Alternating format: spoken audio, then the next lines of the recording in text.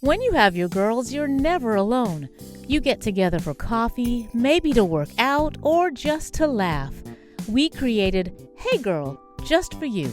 Can't wait for you to join us. Hey, everybody. Welcome to Hey Girl, the 100th episode. For for 2 years and 100 episodes, Hey Girl has been a safe space where we can share our experiences and be affirmed. Let's face it, life can be complex and sometimes overwhelming. That's why we believe in the power of conversation, because knowing you're not alone is what will help you get through. And guys, you have not left us alone over these past 2 years. And I just want to say thank you. We have finally reached the 100 episode milestone. And I am so excited. I cannot believe it. Time has truly flown by. And man, what a ride this has been. Tell me in the comments how you have shown up, what episode you like best. Tell us congratulations because we did it. But we could not have done it without you. I hope that you have enjoyed all of the episodes that we've been bringing to you over the last 2 years. If you've missed any of the past episodes, you can always go back on our Facebook page right here on this site. We have all of our past episodes organized in playlists according to the topics and the themes that we've covered. And we have covered a lot of ground. And if you've missed any of them, you should definitely go back and check some of them out. If you're here for the first time, welcome. I hope that you will stick around. This is going to be a great show. I am loving the theme that we have going on this month. We'll talk a little bit more about that. But we're going to keep going. This is the 100th episode, but we're not going to stop at 100. We're going to see if we can get to 200. And if you keep showing up, we'll keep showing up. So tell us in the comments if you had a favorite episode. Some of you have watched faithfully over the last 2 years. I'm going to call out Lisa James and Ebony Moraine. I know those two in particular have shown up faithfully. I know Ruth Butler is often here watching with us. Who else? I'm sure there's others. I know you're out there. Let me know you're here. Let me know if there was a favorite topic or theme that we covered. Maybe we can revisit it. There was a favorite guest, favorite memory, why you watch Hey Girl, anything you want to share in the comments, just pour in. We need those comments to pour in. We need that engagement. And so I'm just glad you're here. And I hope that you will stick with us. Like I said, we have a great theme this month. If you've been watching, you know we're talking about all the things our mothers never told us and getting good information about our bodies and what we can do to take care of our bodies and how we can best parent our children. I mean, we're trying to cover it all. Now, today's episode is recorded, but I still want you to put those comments in the chat. I'm going to come into the comments and respond to you.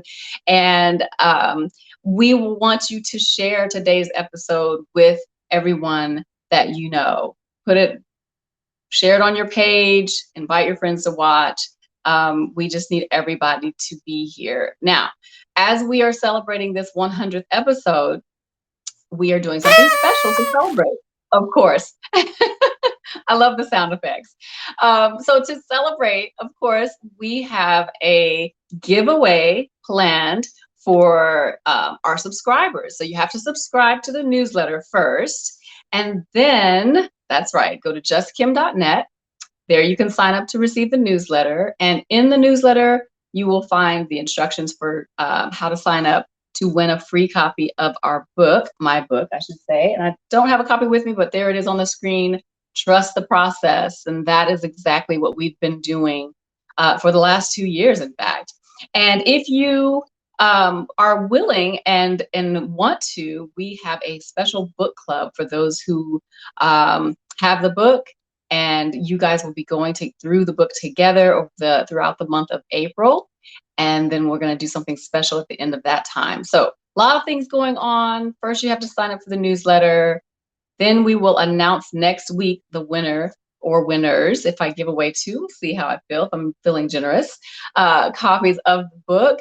And then absolutely would love for you to join that book club. And a group of women will be walking through the book together and sharing their insights and what they gain from it.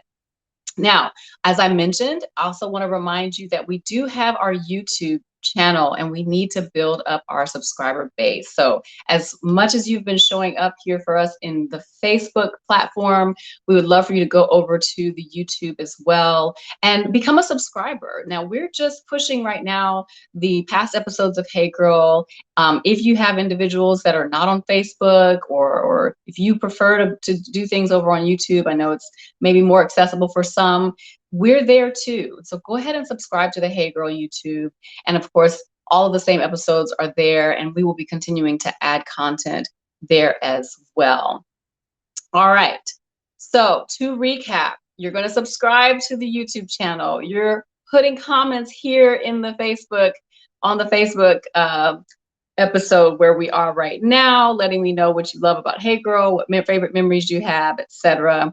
And then, of course, you're going to go to justkim.net to sign up for the newsletter and be eligible to win your free copy of Trust the Process. And then, of course, don't forget to share today's show. So, as I said, all month we have been talking about the things that we had to figure out on our own. Our moms weren't able to prepare us for everything. I mean, come on, we do the best we can as moms, but there are some things that we just are not going to be able to always do. But we are now sharing what we have learned along the way. And as I said, we've been getting such good information. I cannot wait to introduce you to our guest for today, because this is the information that we really, really need, whether or not our mothers gave it to us as we were growing up. So my guest today is Jade Warshaw. She is a small business owner, money coach, and personal finance influencer in sunny South Florida. I'm so jealous. She built and co-owns one of the leading talent agencies in the cruise industry space, and also runs More Feast, Less Famine, an online platform dedicated to helping people get out of debt and live a financially healthy lifestyle. Jade is also a wife and mother of two, and today she shares with us her secrets to a debt-free life. Welcome with me, if you would, my guest for today, Jade Warshaw. Hey, girl. Thank you so much for having me. Oh, it's so awesome to have you here. I'm honored that you are with us today. You're looking beautiful. Thank you, as are you. Absolutely gorgeous. Oh, thank you. So sweet. And I know that you have little ones. We were talking about that before the show started. Oh man, a boy and a girl, you said, 2 and 4. You are in the thick of this parenting thing. The weeds, the tall weeds. I remember. It's good. It's good though. It's good. It's good. The favorite quote that I've heard said is that the days are long, but the years are short. Yes, absolutely. At first thought that doesn't make sense, but it's so true. In the It is. moment, you're like, trying to get to bedtime and you're just trying to get, to that last part of the day. But in the grand scheme of things, man, it goes by so fast, It really does. It really does. You look up and they're graduating from college and you're like, wait, what? It's done already? So just you yeah, saying that hurts my heart. I know. I'm sorry. I don't want to steal the joy that you have right now. So let me stop. I'll stop. So speaking of family, oh, look. Oh my goodness. Oh. Okay, my heart just melted. Sorry. Gorgeous, gorgeous. My little girl there. Oh, It's my little mini yeah. me. Oh, I love it. I love it. Now I have girls. I will say the cool thing about girls is that when they get older, they almost become your girlfriends. They're like built-in girlfriends. So like I have big girls now, teenager and a 20-year-old. So we hang out. It's kind of fun. I'm like, oh, y'all are cool people. Who's your mom? That. Oh yeah, that's me. So you get to be more friends. You get to be friends as you get older. You don't have to play the parent role as much. Yeah, the parent role is still there. It just your responsibility shifts. You're more of a guide, and you know, you less there's less hands-on parenting and more of the, let me tell you what I know. Like, I've been Yeah. there. Let me just Yeah. explain to you what you're about to go through. And it's funny because what also happens is that well, especially my oldest right now, because she is literally an adult, and she's like, Mom, I'm starting to understand some of the Mm. things, and that's the great thing. Yeah. Like, when they start to kind of get it, they're not questioning as much. My teenager, she's still a teenager, but my 20-year-old is kind of like, oh my gosh, I'm going to keep calling you for stuff. I'm not sure if I want to do this stuff on my own just yet. I'm like, no, you got to do it on your own. Girl. All that Yeah. money management and yeah, saving Yes. and yeah, so we're gonna get to that in a minute. But yeah, I'm trying to teach her some of those life lessons. So, but before I get to that, I want to know from you, how was it with your growing up years, and the kinds of things that your parents or your mother taught you about life and money, and what kind of preparation did you get as a kid coming up? I felt like I feel like my parents did a good job. I feel like my mom Yeah. did a good job. I recently said to her, well, actually, it's been probably 10 years. I said to her, I think I get it now. Like, I think I get why you did and said some of the things that you did and said. In the moment, you're kind of like, okay, mom, like, I know, Yeah. mom, but Right. when you get older and you actually get into the scenarios, it's like, okay, like, my mom's not crazy. Like, she actually does know what she's talking about, She does know what she's talking about. you know? And my mom, I- she really pushed the idea of independence a lot, and Mm-hmm. being comfortable in your own skin to do your own thing. You don't Mm-hmm. always have to have people's approval. You don't always have to have people coming alongside you, because everybody's not Mm. going to get it all the time, and that's okay. Yeah. Like, everybody's not going to be your best friend, and that's okay. Everyone's not Right. going to always understand what you're doing with your life in a moment, and that's okay. So I think that was probably one of the biggest things that she instilled in me. It's Yeah. okay to do your thing. It's okay to be different. Independence is a good thing, Yeah. and creativity is a good thing, Oh, and so good. those are some of the things that I really feel that I took away from her. I think I got more of the money stuff, maybe a little bit more from my dad, but Okay. Yeah. Well, that was going to be my next question. Is like, okay, so those are the things she prepared you for, and whether it's money or not, what were some of the things that she didn't quite prepare you for that you actually had to figure out on your own? I would say probably the money thing. The money thing. Yeah, it wasn't a big topic in my house, growing up. It Mm. was kind of, my dad kind of took care of all of that. And, it Yeah. was kind of just like, okay, like, this is the budget. Your dad set the budget, and this is the way the household runs. And, kind of that they had very traditional gender roles, I would say, which there's nothing Hmm. wrong with that if that's what you prefer. Um, Right. but because it's kind of ironic, because growing up there was very traditional gender roles, but my mom at the same time was like teaching me this independence and strong woman and Right. this. So I came out of Interesting. that, like, when I got married, I had a strong personality, and I'm a very hands-on person. And so, of course, when it came to money, at first, the first year of our marriage, I was kind of in that traditional gender role, and I was like, Sam will take care of it. Sam is my husband. Sam will take care Uh-huh. of it. He knows what's going on. I don't have to worry about that.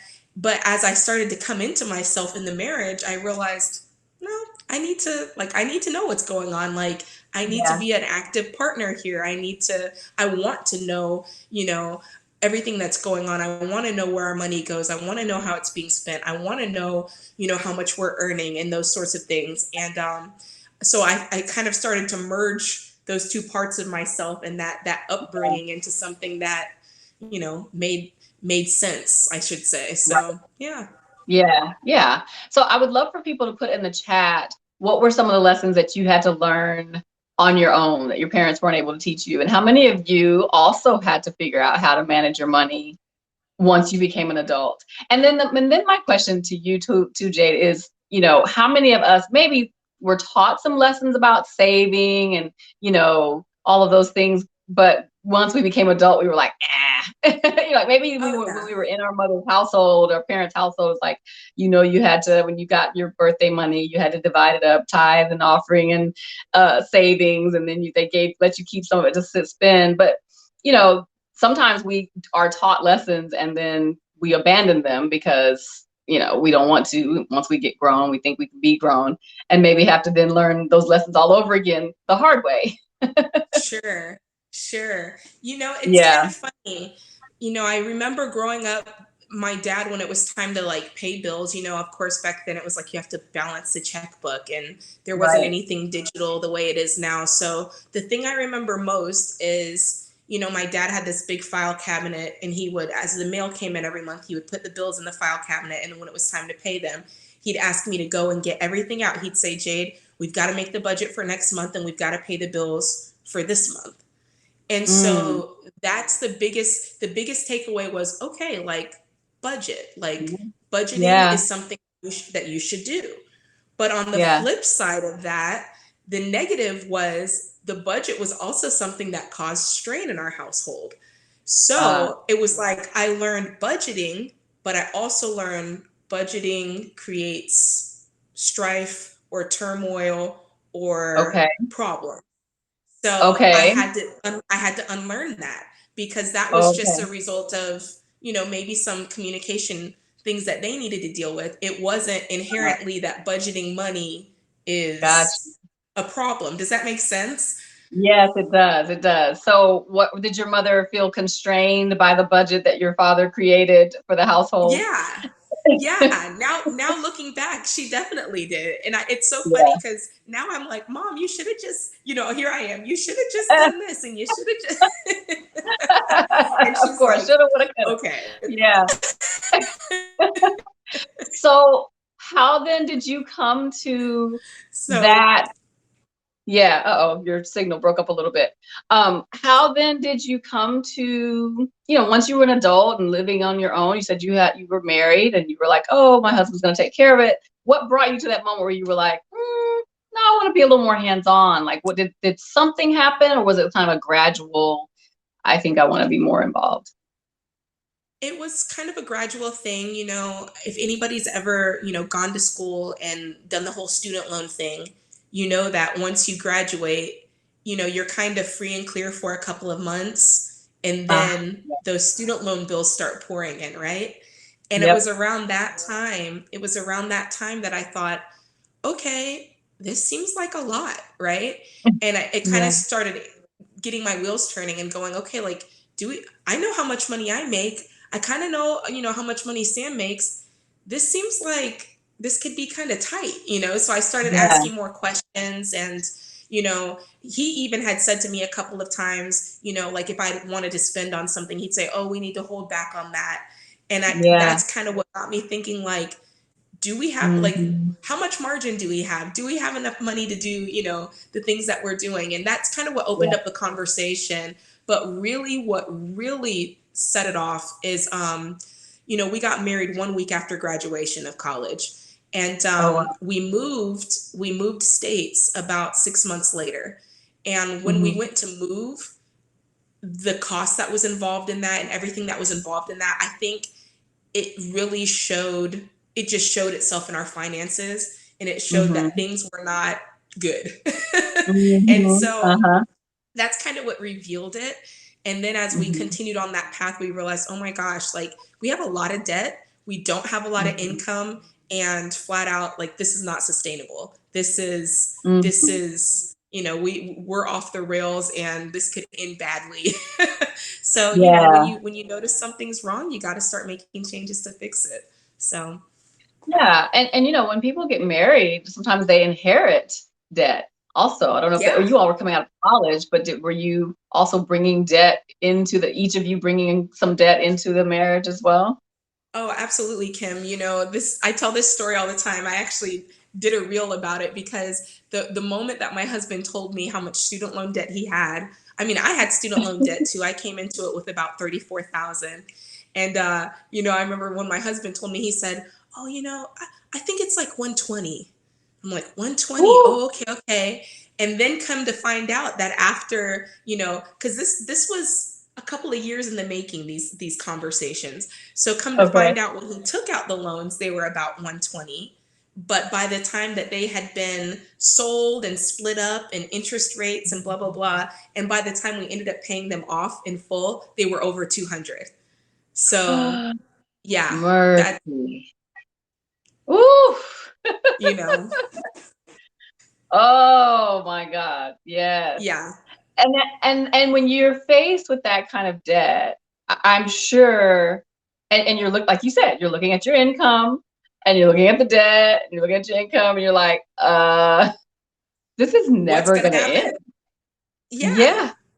I mean, we had to make, God had a plan for sure, because that motivated us to do more in our lives and with our lives than I never thought possible. It motivated us to, my husband and I are both in entertainment. So, we worked harder than we've ever worked. It motivated us to start our entertainment agency. On the back end, it's motivated me to start More Feast Less Famine, to teach other people, how to get in control of their finances. So it really, in the moment, it was suffocating. And in the moment, it felt overwhelming. But to be quite honest with you, I wouldn't trade it for anything. Like, I would not trade that journey. It was a 7-year journey, paying off that debt and getting our income up where it needed to be. And just, giving that process to God and saying, okay, like, tell us what we need to do. If you tell us what we need to do, we'll do it, and,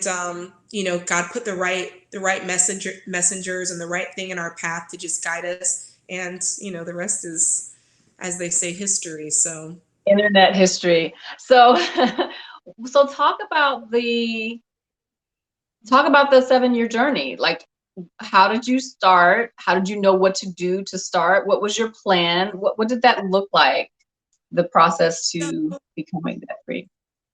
yeah, so it started with us. We turned on the radio one day, and you probably heard Dave Ramsey, the Dave Ramsey Show. And Yeah. I heard it on the radio, and I heard him talking. He was interviewing somebody, and he, kind of just was touching on some of the tenets of what they teach. And I heard it that day, and I thought, okay, like, that's interesting. And then I came across it, again, and I thought, okay, like I like what this guy is saying. So by the time my husband and I were married, we had moved down to South Florida, and we had moved into our first apartment together. And this was around about the time that we knew, we needed to start making some changes. And it came to my mind. I said, I remember this guy, Dave Ramsey, like, let's go to the bookstore and get his book, and let's see if we can, like, start this. So we go to Barnes and Noble, we pick up the book, and, like, the very first, thing is, you need to, like, list all of your debt and, like, list your income. And we're like, all right, like, we're listing our debt. And that was probably, like, rock bottom moment, because that was the first time we truly organized it and really saw the debt to, like, income thing. And I thought, oh my gosh. So within the first 2 years, really our goal was just simply, and this is what I teach, let your first goal just to be, don't create any more debt. Like, draw a line in the sand and just say, you know what? I'm not borrowing anymore, because it's a habit that got you into this, and you need to break that habit and break that mindset of borrowing money and buying things that you can't afford. So before we even started trying to pay things off, that was our first step. And then the second thing was just getting that accountability and finding that support to run the race that we knew was ahead of us, And for us, of course, we found that accountability in each other, but also at that time we were heavily invested in that community online as well, through Dave Ramsey and Ramsey Solutions. So that was a great accountability and a great, community for us at that time. And then after that, the third thing was just, you either have one of two problems. You either have an income problem, or you have a debt problem. And in our case, we had both. So we needed to get our income up. And so from there, Mm-hmm. we just said, you know what? If there's an opportunity, we're going to take it. You know, at that time, we were traveling heavily. I was performing a lot. And I mean, if I got the call, I was taking it. I didn't care if I had to, fly to, because I mean, when I tell you we were performing all around the world, everywhere. If I had to fly to Mm-hmm. Japan, I'd fly to Japan. And then if they told me, hey, now you're going to fly back to Detroit, then I fly to Detroit. And then if they said, oh, and now you're going to go to London, we ran ourselves ragged, but we knew Oh. that it was only going to be temporary, because if we just Mhm. worked hard, the long-term gain would be worth the temporary sacrifice. And it was. Mhm. So It what was. do you all do? You said you're in the entertainment industry. What do you do? Yeah, so I started out in the cruise line industry as a headliner. So Okay. basically performing concerts at sea. Mm-hmm. And then Mm-hmm. about 10 years into that, well, I would say about 5 years into that, we started our entertainment company. And it took us about Mm-hmm. 2 to 3 years to really grow it, Mm-hmm. to be a real business. And now we've been doing Mm-hmm. that for the past 10 years. So yeah. Okay. Both you and your husband do the same work? Like even before Yeah, you started the business, you were doing the same thing? Yeah, I mean, the only difference is I'm a vocalist and my husband is a musician, so he plays piano and bass. But yeah, Oh, we've been doing cool. that. Yeah, and so, it's just what I tell people is it's just about understanding that it's short term. You're sacrificing a lot and you're running hard, but it's short term and it will be worth it. It's always worth it. It's always worth the work. Yeah. Um, I was gonna say though, you're right. I get, the first step is looking at your problem, right? Admitting you have a problem so that you can see how to solve it. But also you talk about, establishing a business and starting a business in order to get your income up, which I wonder, tell me if I'm wrong, is that sometimes feel like two steps back in order to go forward because it costs money to make money. So were there moments where you had to fly places to perform? Like were you at times having to spend or even spend more for the hope of a future sort of I would increase? say in I would say in this case, because of the type of our business, the type of business we had, we actually did have low overhead and low startup because our business started as, Sam and I were just performers. So we had an agent and they booked us. And, it's up to the venue to pay for all your travel Mhm. and all that kind of stuff. So luckily, it was kind of more of a way for us to save money because it's like once you go there, they're making sure you have accommodations. They're making sure, that you're taken care of. So for that part of it, I was like, okay, that's good. Of course there are some travel Mhm. expenses that you incur, but we were still making money on the entire thing. But then once we Yeah. actually started our business where basically Mhm. we're a talent agency and so we book other people to do work. Yeah. It's one of those things that it's kind of like if you've got email and you've got a computer, and you've got Mm. a contact list, you can just send people out and it's commission Mhm. based. So we were looking for something that we could do that didn't Mhm. require a lot of money on our part. And, again, Mhm. this is the God picture for me because I'm like, God knew the situation that we were in and he allowed us to use our talents to get out of that situation. And I think that's Mhm. true with a lot of people. I think that, when it comes to money hangups and oh man, I need to find figure out how I'm going to make that next dollar. I'm like, look at your passion, look at the things that you're good Mhm. at, look at the things that you enjoy doing, and Mhm. honestly, like ask God, how can I use this? Is this something Mm. I'm passionate about it, which means I'm going to want to put time into it, which means I'm going to Mhm. want others to know about it. And that Mhm. right there is already the foundation for you know a great foundation for starting something because you're already Mhm. passionate about it, and that in and of itself is contagious. So Yeah. you Now, know I'm sure many people who are in a lot of debt are also tempted to um, not not give to the church, not mm, take all the money that they make and throw it towards the debt. Is that a good approach to take? Like take all you're making and throw it towards the debt and worry about anything else later? I always say this, you know, you can't outgive God. You can't, everything belongs to him. So he knows what you need before you even know what you need. So, I'm of the mind that you should always give. And it should be the top line in your budget. It should be the thing that never gets left out because, Mm-hmm. that's the thing that's sustaining you. I'm sure we've all heard it, when your hand is open, more can get into it. But when your hand is Yeah. closed, nothing can get in, right?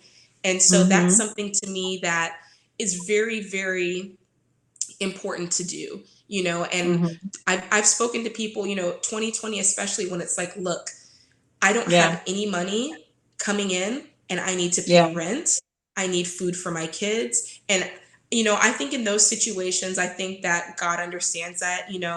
I've always, look, giving is something that we should do with an open heart. It's something that we should do with a clear conscience. And I think Mm-hmm. that giving out of, uh, I don't want to, but I have to, giving out of Yeah. that heart. If that's where your heart is, hold on to your money and and Mm-hmm. and ask God to get you to that place where you can let go of it and you feel peace when you let go of it and you feel Yeah. like this is what I need to do, this is what I want to do, as opposed to this is what I have to do, and Right. because it shouldn't be a chore. And I think that at Yeah. the end of the day, the Bible does say that he loves a cheerful giver, and I think that that's what Right. he's wanting. And I think at the end of the day, he doesn't need our money. It's about our Yeah. heart. So I think Right. that's the first question we ask. And in Yeah.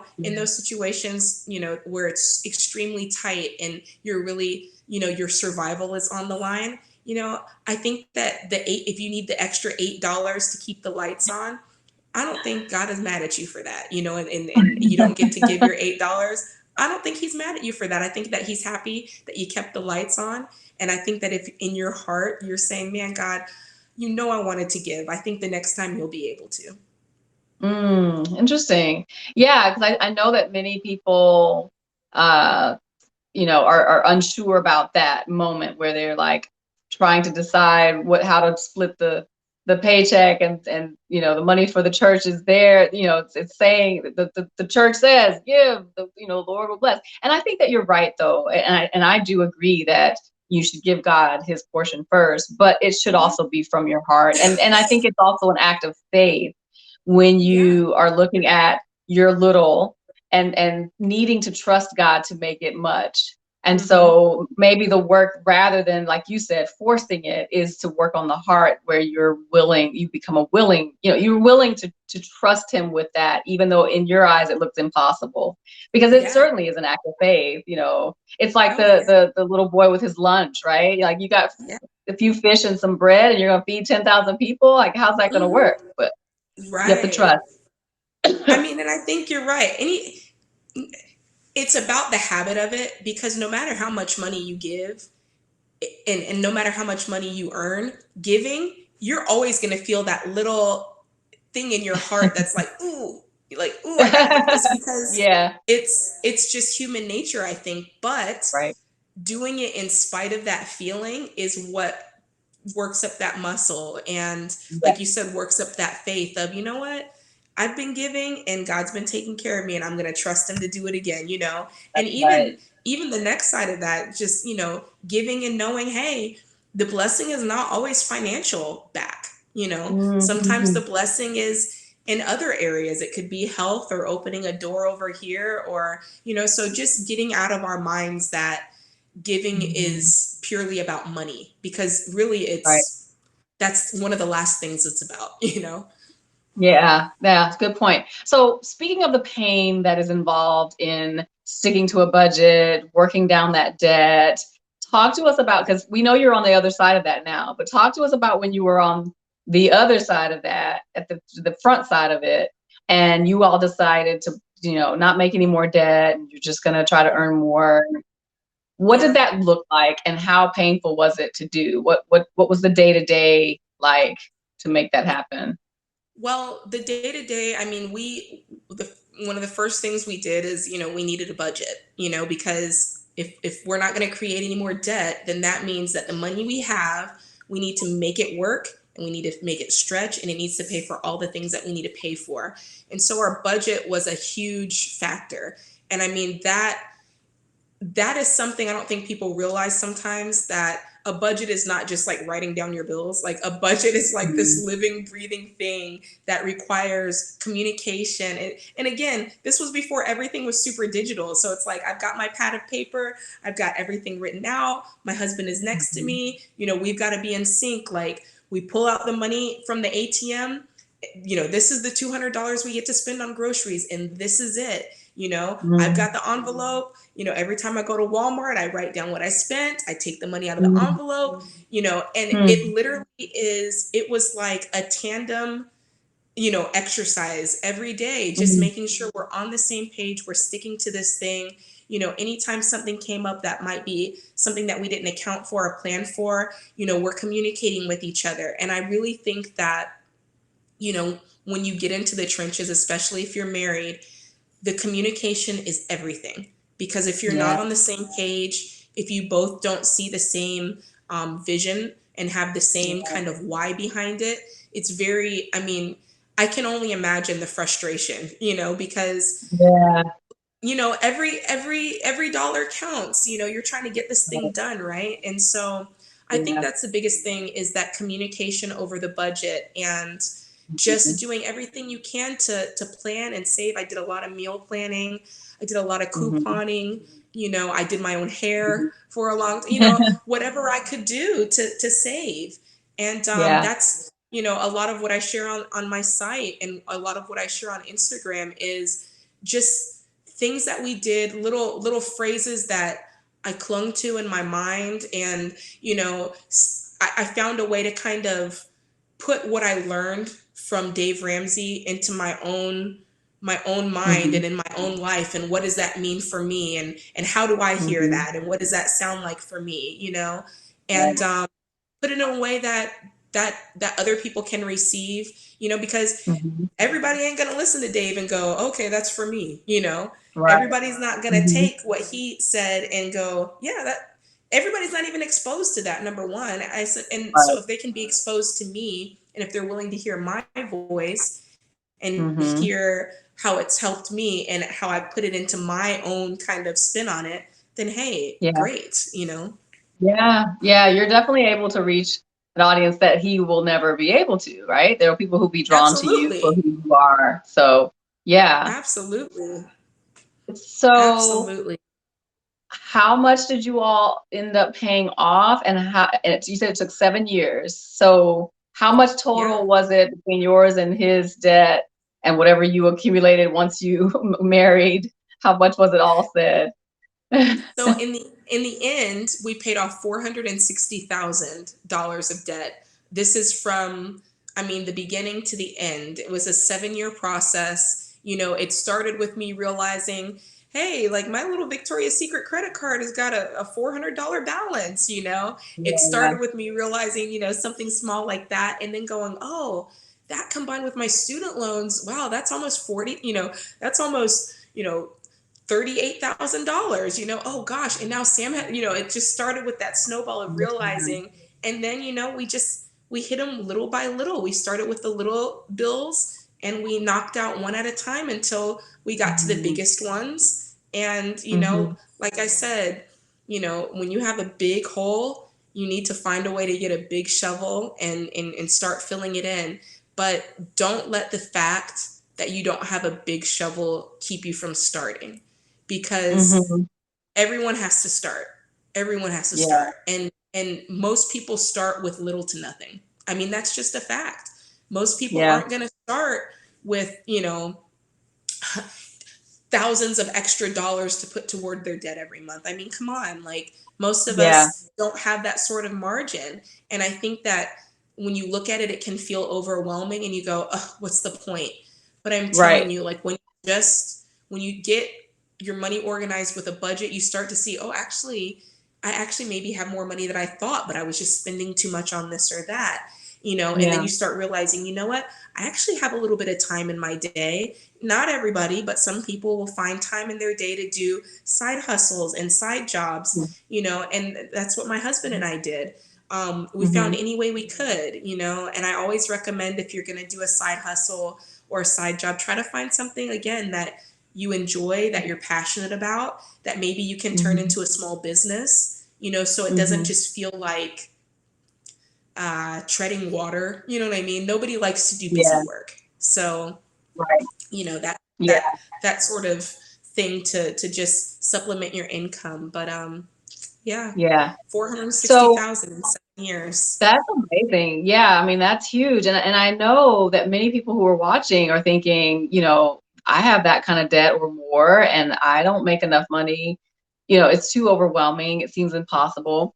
I wonder if there are strategies, though. Well, first, before you answer that, were you also saving during this time, even as you were working down the debt, or was it just working down the debt without saving? So that's a great question. So what we did is we saved an initial emergency fund of about $1,000, because for Mhm. us we thought, you know, if we have $1,000, we didn't have kids, you know, we had one Mhm. vehicle. It's like if anything Mhm. happens, this should be able to suffice. And then if we need to Mhm. build it back up, we can. So we put that $1,000 aside, because so we didn't Mhm. have credit cards either. We had cut up all of our credit cards. So we had the Mhm. $1,000 there, and then from there, we just any and all extra money that we had after our expenses were paid for, we threw it at our Mhm. debt, and that's Mhm. just kind of how we did it. And the whole thing is, you know, wanting to go as fast as possible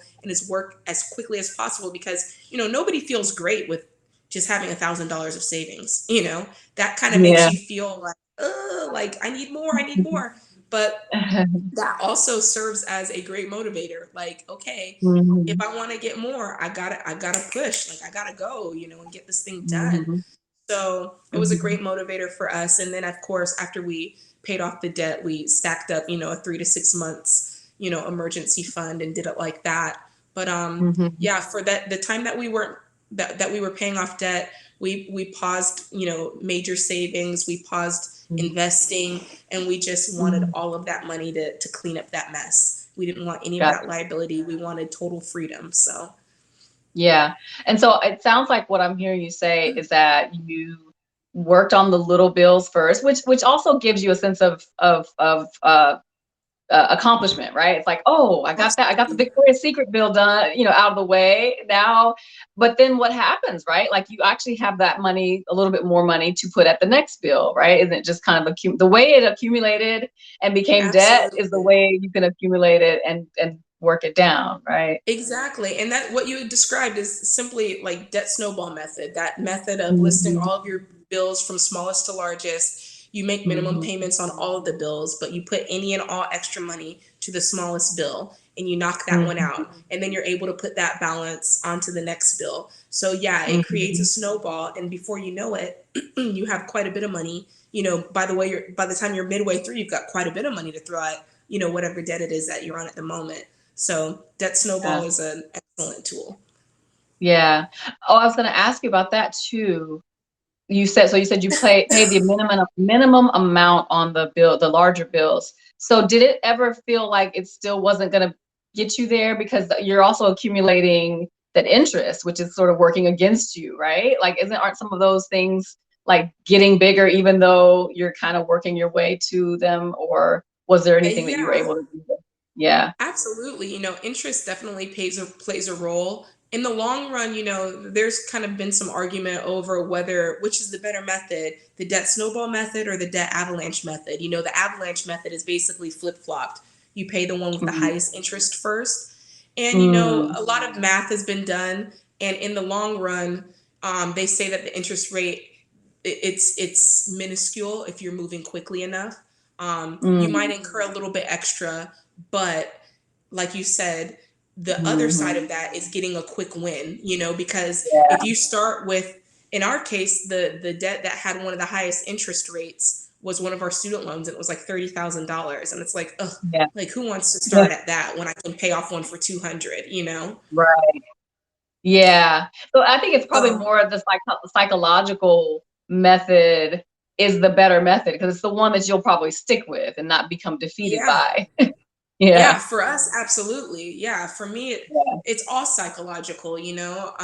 Yeah. And I don't fault anybody if they want to do the avalanche method, but Hmm.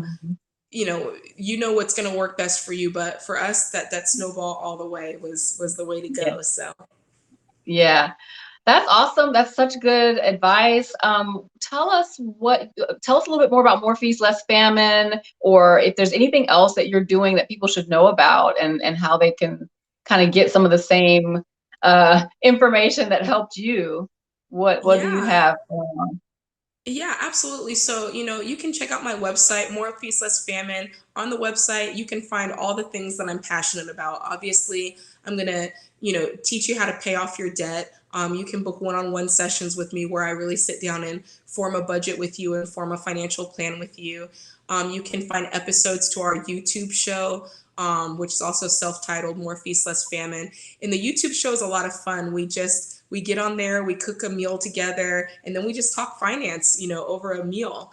And it's just, food kind of, it's that universal language, and it kind of just opens Yeah. people up to share. And we just talk everyday finance. And then, of course, on my Instagram page, it's just, everything that I've learned along the way. I just want to share it. And I really do care about sharing money in a way that's simple to understand, because I know for Hmm. me, when I first dove into it, I just didn't know anything, and Hmm. it's one of those things that, for lack of a better word, you can feel stupid. It's like you don't want to Hmm. be the one that doesn't understand investing. You don't want to be the one Yeah. that's never heard of, certain insurance terms. Like I Yeah. feel like it's one of those topics that people feel scared to ask about, or feel scared or embarrassed to say, I don't know what Yeah. that word means, or I don't understand what's a dividend. And Hmm. there should be no shame around that. We didn't learn this stuff in school, right? Yeah. We Yeah.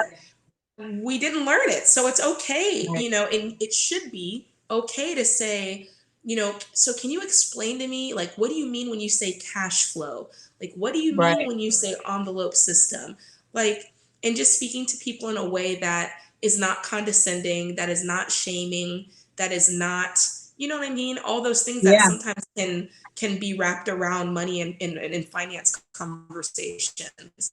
Oh I don't yeah, absolutely. even like to say the word finance. I'm like, no, say money. Like, just because even that alone sometimes sounds, overwhelming, right? Yes, it's so So, true. Yeah, absolutely. And I think that that is why our moms didn't tell us certain things, right? Like, or our parents, or whatever, because there is, in a way, you don't think of money as being a taboo topic, but in a way it is. There's certain things we just don't. And I think maybe some of it is, like you said, we don't know sometimes. We can't even have those yeah, conversations because there's things that and we're ashamed to ask. We assume we're the only ones who don't know how to handle, and yeah, so we keep our business to ourselves, even if we're drowning. So I yes. think that's so helpful to know that, well, first of all, putting it out there the way you do says, listen, I'm just like you. I did Oh, it. yeah. Let me tell you how I did it. And I think that alone says to someone, okay, I'm not the only one. Oh, And yeah. that's, Like, yeah, my that's biggest huge. thing is, I'm like, we can't front, when you Yeah. front, that's what gets you into trouble, right? Like, Yep. I posted something the other day, to just kind of make people think, if you can't do the money thing for everybody else. You have to do it for you, and it's got to make sense for you. We can't spend money Hmm. on things to impress other people. We can't Right. put up this wall like we've got it all going on when we know we Right. don't, just to look a Yeah. certain way. Because if you're constantly showing a facade that's not real, like you said, no one's going to know that you're drowning. No one's going to know Right. that you need help. Like, it's okay to ask Hmm. questions and ask them out loud, and learn, Yeah. learn in front of people. I feel like a lot of Yeah. times we want to, like, go to the side and not tell anybody Right. that we're learning something. I'm like, learn out loud. Like, why are you trying to Yeah. hide it? Learning is, admirable. It's a good quality, Right. Yes. So, Right. But you know what happens too? I think there's also that social component where you have a group of friends who are like, hey, let's go to this restaurant for dinner. And you're looking at the menu like, oh crap, yeah, like I can't afford this, but it's embarrassing to say I can't afford this, Yeah. or I can't go to that restaurant with you guys that, on Saturday night, Yeah. or hey, let's go to McDonald's instead. Nobody wants Yeah. to do that. You So know, you go, and then you you go. then you suffer later. You do. You want to know what, Kim, though? I feel you so much on that because I've been there so many times. But do you want to know something that was really liberating? And the first time I said it, it felt like a sigh of relief. And Mm, I was out with friends and they asked me about, if I wanted to go somewhere. And I said, that's not in the budget. I'm not going to be able to go. And mm, when I heard myself say it, I thought mm, they're gonna judge me hard right now. And their mm. faces initially did like, oh, like, because you don't hear that a lot, right? Most Right. people just make up an excuse or whatever. But if you say, I'm really trying to pay off my debt and it's just not in the budget right now. But do you want to know what I found? The more I spoke like that and the more that I Mm. just put it out there, the more people respected that. And I would hear them say it for me. Oh, Jade and Sam, they're working so hard. They're getting their money together. Oh, I need to connect you with Jade and Sam because, and it became a Oh, thing that was wow. like, I became kind of known for it and not clowned Yeah. for it and not made fun of for it. And it Yeah. was so freeing. It was like, okay, like it's out there now. I don't have to, Right. You don't have to I don't have to pretend. pretend. Yeah. Yeah. And I'm so glad that you said that because I know somebody needed to hear it. Because we Oh think, yeah. oh, I can't let them know that I can't afford to go to this place, or I can't afford to go on this trip with the friends or the family or Mhm. whatever. Right?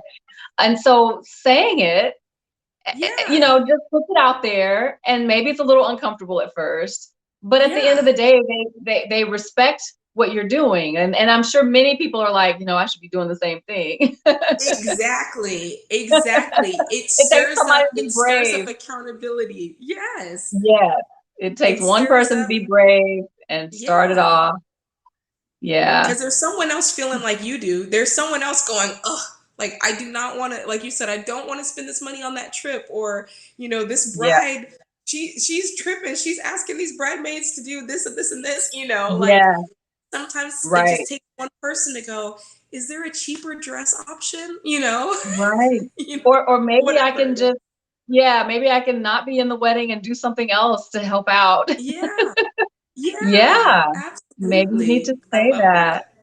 Yeah, and I think that what you've also shared today, tonight, whatever, is that it's about our priorities. It's about, determining what is most important in our lives, and setting the goals for what it is we're trying to accomplish, and then keeping our eye on that, and not wavering, not giving in to pressure, not making exceptions Mhm. along the way, because you're then undermining your success towards that goal. And maybe if we could just keep that ahead of us, in front of us, we'll be Yeah. more inclined to stick with the plan, and do what we need to do. That's absolutely the case. I say it all the time. Your why is your driving factor. And if you don't have a Yeah. why that really is deep down in your heart, you will lose motivation. I say it all the time. I'm like, motivation is a myth. Like motivation, it comes and goes, right? And I even Yeah. read one time that motivation is actually, a lot of people think, oh, I'll start when I feel motivated, or I'll start when Oh, I feel, but I read in a yeah. book that motivation is really actually a byproduct of successful action. Once you've Mm, acted, even if it's just one time, you act that one time, you see the result, then that motivates you to continue. yeah. So the motivation isn't the first step. It's actually one of the it's a byproduct. It's not Byproduct. it's not in and of itself. So, Yes. you know, That is such a perfect segue to our episodes next month, where we're going to be talking about getting fit and getting healthy, in ooh, our mind and our body, because I think that also applies, right? Like, move first and feel it later, feel motivated yeah, later. So that applies in a lot of areas. I love Yes. that. Good, I love good that. stuff. Yeah. Well, this has been so good. We are about out of time already. Time flies Wow, when you're having fun. it does. This But was great. This was so good. I think this is great information. I'm so glad we put it out there, right? There's no shame in being in debt. We all have debt of some kind, whether it's credit cards or school bills, school loans. It Mm-hmm. is what it is. And so it's not about being ashamed or trying to hide what we don't have, but figuring out a plan and a strategy to get what we need. And Yeah. just before we say goodbye to you, we were talking about our kids when we started. So here you guys are on the other side of that heavy debt that you were carrying. You have two beautiful children. What are Mm-hmm. you teaching them, or what? Well, they're 2 and 4, so you're not teaching them a whole lot at this point about finance, maybe. Mm-hmm. But think about yourselves as parents now and what you'll be able to pass on to them. And I'm assuming now you're able to save and invest. And so Yeah. talk a little bit about what we can do. This is the goal that we're moving towards. If we're in Yeah. debt, where you are now is what we're trying to get to. So talk about what that looks like and what you can then do as a result of paying off that debt. The biggest thing that we're doing for our kids and that we have done for our kids is we've shown them that anything's possible, that you Yeah. can make mistakes and you can clean them up. That's Hmm. numero uno. Yeah. Number two is within our marriage, we've really tried our best to make it very clear that, communication is a healthy thing. Communicating about money is good. I want my daughter to know that when she's married, she doesn't have to take kind of a second role or a second seat, Hmm. in the conversations regarding money. I want her to know that she can be an equal player in that conversation. And I'm teaching Yeah. that to my son as well, like there's equal footing there, and Yeah. then really the third thing that, I personally find a lot of joy in, and because a lot of people don't realize this, and it's so simple. If you invest $25, just Hmm. $25 a month from the time your son or daughter is born until the time they're Hmm. 18, when they're 60, they'll have $1 million, period. Wow. And you can create real generational wealth with $25 a month. And I think that if people could understand that, like the power of compounding Hmm. interest, it's like you might not, I can, if somebody wants to talk to me about it later, I'm happy to explain how that concept works. But, Yeah. there's so much that we can do starting early. It's like, Hmm. oh, and if it's too late for you, it's never too late, but maybe your kids are already grown and they're already gone, just Hmm. setting yourself up, taking care of yourself so that you can take care of others. I Yeah. always say that, taking care of your money and getting your financial situation in order, just on a basic level, it's just a way to love yourself and to love your Yeah. family well, because you're taking away that stress, you're taking away that strife, and you're just Yeah. creating healthy conversations and healthy habits around money. And even if you don't have $1 million, and even if you don't, have fancy cars and expensive houses, because it's not about that. It's about creating a Right. healthy mentality and healthy habits around money. And so Yeah. that's the number one thing to teach our kids.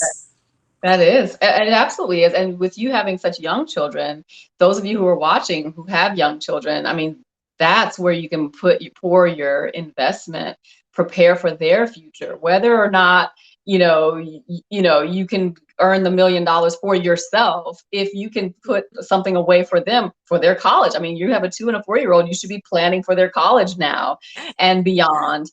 And then that, I think that is so key, because it's not just about you, it's about the next generation and the one after that and the one after that, and the sort of precedent that you're setting with the way that you live your life today. yeah, absolutely, absolutely. They pick up on what they see. Mhm. They pick on what they see almost more than what you say, right? Oh And yeah. so if my kids see us prospering, if my kids see us having a healthy relationship around money, that is way more impactful Mhm. than me telling them, save your money, invest your money, Right. make a budget. But if I never do it and they never see me Right. doing it, then it doesn't sink in the same, right? So, So you know, true. Yeah. Good stuff. Okay, so we could go on and on. We're going to stop there. You guys definitely follow More Feast, Less Famine. Go to her website, particularly if you would like that one-on-one coaching and extra help. Go to her website and get the help that you need. She did it. So can you. Let's make the best for our children to come. All the lessons that we may or may not have learned growing up, it's not too late to learn them, and we can certainly pass them on to the generations to come. Thank you so much, Jade, for being here and for sharing all of your experience and your story with us. And I will definitely be continuing to follow you on Instagram. It's really fun. Her videos are great. Go check them out. They're funny, really accessible, and little nuggets of truth that will be really beneficial. I think you'll enjoy it. Thank you so much. Yes, thank you. So guys, we're going to go to our scripture as we close out. Of course, it's Matthew 6:21. Short and sweet. Where your treasure is, your heart will be also.